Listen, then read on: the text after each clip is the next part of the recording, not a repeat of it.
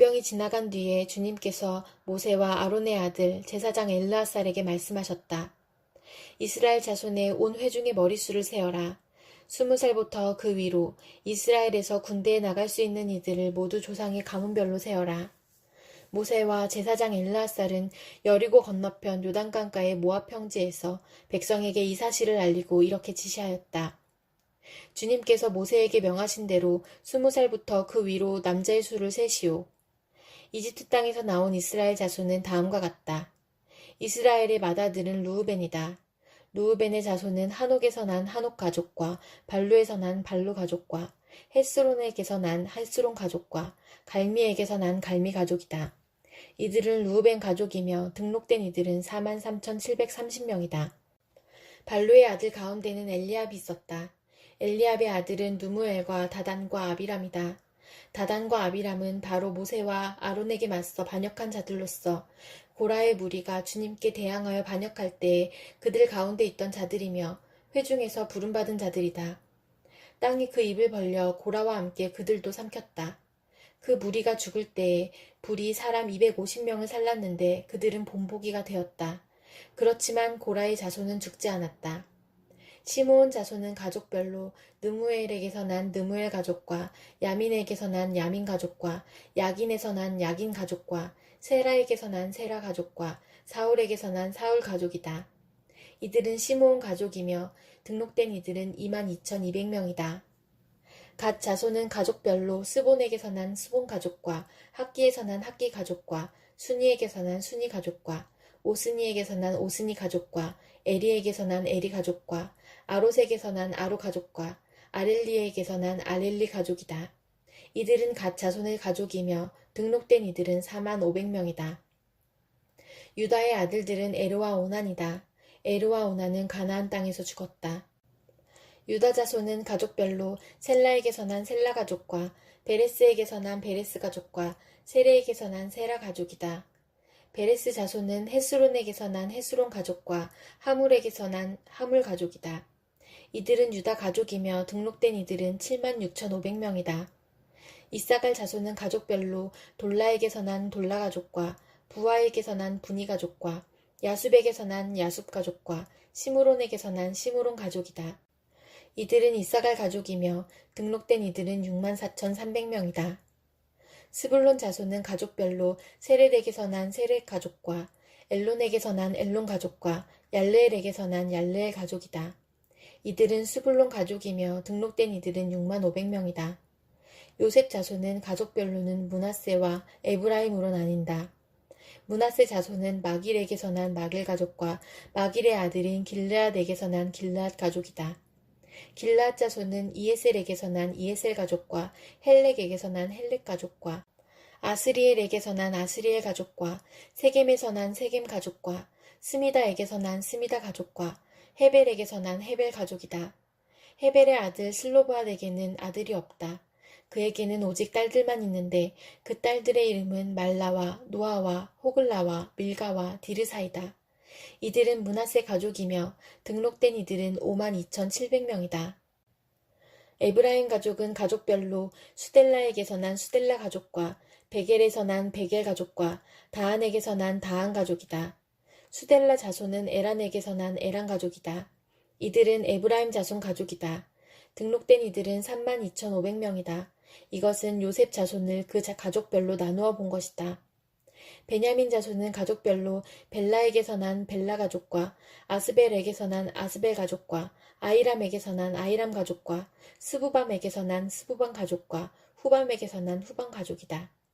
벨라 자손은 아릇과 나아만이다. 아릇에게서 난 아릇 가족과 나아만에게서 난 나아만 가족이다. 이들은 가족별로 본 베냐민 자손이며 등록된 이들은 45,600명이다. 다음은 단 자손을 가족별로 본 것이다. 수함에게서 수함 가족이 났다. 이들은 가족별로 본 단 가족들이다.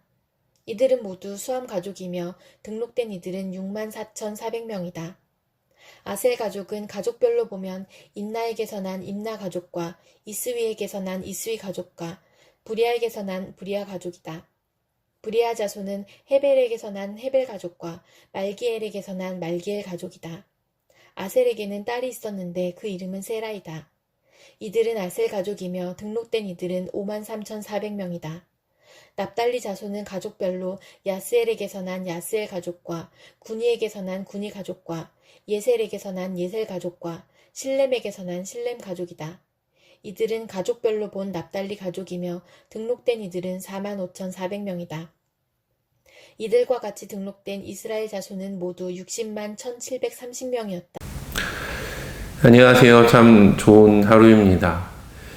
이재 목사님께서 저희 부부를 부르셔서 저희가 3번에 왔을 때에 3번 성서 침례 교회의 출석 인원은 대략 한 60에서 70명 정도였던 것으로 기억이 납니다. 그런데 지금은 등록 교인이 아닌 예배 출석 인원만 계수한다 하더라도 350명에서 400명 정도 출석을 합니다. 이는 영화부, 유치부, 초등부, 중고등부, 청년부, 장년부에 이르기까지 인원의 총합인데 처음 왔을 때에 비교한다면 적어도 5배 이상 성장한 것입니다. 하나님이 우리 가운데 놀라운 일을 행하셨습니다. 전적인 하나님의 은혜를 찬양합니다. 제가 설교를 시작하면서 왜 출석 현황에 대해서 잠시 언급을 했냐면 오늘 본문이 인구조사에 대한 내용을 다루고 있기 때문입니다. 민수기라는 책의 영어 이름은 넘버스입니다. 수를 센다 라는 뜻이죠. 그래서 민수기를 읽을 때의 숫자는 매우 중요한 의미를 가집니다. 그리고 민수기는 광야에서 기록되었는데 이스라엘이 광야에서 보낸 40년의 기록 대부분이 민수기에 나타나 있을 만큼 민수기와 광야는 불가분의 관계에 있다라고 볼 수 있습니다. 첫 번째 인구조사는 광야 생활을 시작할 때 기록을 했습니다. 그리고 오늘 본문인 두 번째 인구조사는 이제 광야 생활을 마무리하고 가나안 땅에 들어가기 직전에 기록한 것으로 보입니다. 그렇게 본다면 민수기는 첫 번째 인구조사와 두 번째 인구조사를 기점으로 구분을 할 수가 있습니다. 민수기 1장부터 25장까지가 출애굽 1세대에 대한 첫 번째 인구조사에 대한 내용을 다루고 있다면 민수기 26장부터 이제 마지막까지는 두 번째 인구조사를 기점으로 출애굽 2세대가 가나안 땅으로 들어가 무엇을 주의해야 될지에 대한 내용으로 구성되어 있습니다. 그것은 여인들이 땅을 상속받는 문제, 정복 지도자의 선정, 땅에서 반드시 지켜야 될 제사 규정, 서원 문제, 요당 동편 지역에 대한 내용, 땅의 분배, 과거생활 회고, 가나안 땅에서의 삶의 규정 등이다 볼 수 있습니다. 다시 말해 이러한 내용은 출애굽 2세대가 이제 현실로 다가온 가나안 정착을 위해 이전 세대의 잘못된 전철을 다시는 밟지 말고 하나님의 백성답게 새로운 삶을 살기를 간절히 소망하는 말씀이다 라고 볼 수 있습니다. 결론적으로 민수기 1장부터 25장은 이전 세대의 잘못된 삶을 조명한 것이라면 민수기 26장부터 36절은 새로운 세대에게 땅을 얻기 전에 해야 할 지침을 알려주는데 오늘 본문에 등장하는 두 번째 인구조사가 이러한 이 두 부분을 연결하는 다리 역할을 하고 있다라는 것입니다. 이러한 배경에서 오늘 본문의 내용을 살펴보기를 원합니다. 민수기 26장 1절을 한번 읽어봅시다. 연병이 지나간 뒤에 주님께서 모세와 아론의 아들 제사장 엘르아살에게 말씀하셨다. 이 연병은 부올에서 이스라엘 백성들이 우상 숭배와 음행을 했기 때문에 하나님으로부터 심판을 받은 것입니다. 그런데 이 연병으로 인해 이스라엘은 2만 4천여 명이 죽음을 맞이하게 됩니다. 그때 하나님은 모세와 제사장 엘르아살에게 이스라엘의 인구조사를 명령하게 되는데 이는 가데스 바네아에서 반역 사건 이후 지금까지 모세, 여수와 갈렙을 제외한 출애굽 1세대가 이제 광야에서 모두 죽었기 때문입니다. 즉 부올에서의 연병 사건은 1세대 이스라엘을 향한 하나님의 최종적인 심판이었던 셈입니다. 이제부터 4절까지의 본문을 한번 읽어보도록 하겠습니다. 이스라엘 자손이 온 회중의 머리수를 세어라. 20살부터 그 위로 이스라엘에서 군대에 나갈 수 있는 이들을 모두 조상의 가문별로 세어라. 모세와 제사장 엘르아살은 여리고 건너편 요단 강가의 모압 평지에서 백성에게 이 사실을 알리고 이렇게 지시하였다. 주님께서 모세에게 명령하신 대로 20살부터 그 위로 남자의 수를 세시오. 이집트 땅에서 나온 이스라엘 자손은 다음과 같다. 이로 인해 장남인 루벤부터 시작하여 납달레에 이르기까지 20살부터 남자의 수를 계수하게 되는데 그 총합이 64만 1730명이었습니다. 성인 남자의 수가 그러하니 여자와 아이들을 포함하면 좋게 200만 명은 넘었을 것으로 추측이 됩니다.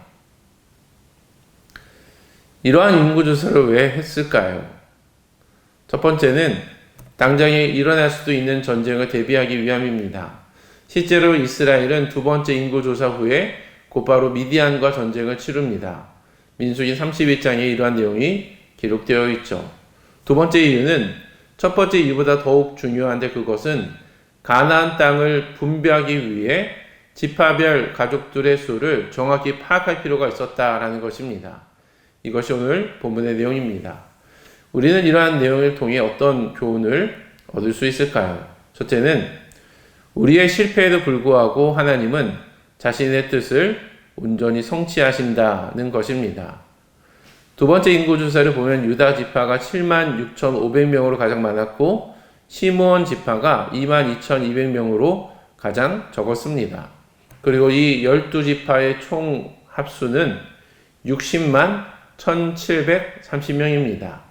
이는 첫 번째 조사 때의 60만 3,550명보다 약간 줄어든 수인데 이는 지난 38년의 광야 여정에서 이스라엘이 여러 번 불순종과 반역을 했음에도 불구하고 하나님이 그들에게 긍휼을 베풀었다는 것을 가시적으로 보여주는 통계입니다. 우리는 우리가 잘하면 교회가 잘 되고 우리가 못하면 교회가 망한다고 생각하기가 쉬운데 우리의 연약함과 죄는 하나님에게 영향을 주는 것이 아니라 우리 자신에게 영향을 줍니다. 우리는 이 점을 망각할 때가 많은데 하나님은 우리의 어떠함 때문에 영향을 받는 분이 아닙니다. 우리는 실패하더라도 하나님은 실패하지 않습니다.